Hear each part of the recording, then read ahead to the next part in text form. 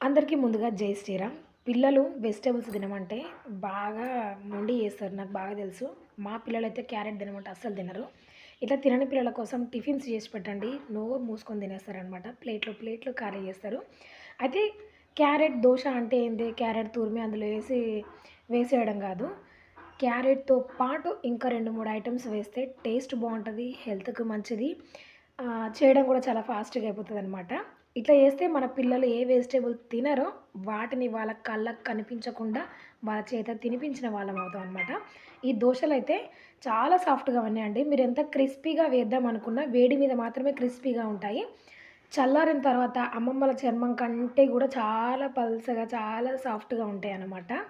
ఇప్పుడు చట్నీతో తింటే టేస్ట్ మాత్రం సూపర్‌గా ఉంటది. మా పిల్లలకైతే చాలా బాగా నచ్చింది. ఇది ఎలా చేసుకోవాలో మన ఛానల్‌లో ఉంది. వెళ్లి చూడండి. నచ్చితే లైక్ చేయండి, షేర్ చేయండి. Thanks for watching. జై శ్రీరామ్.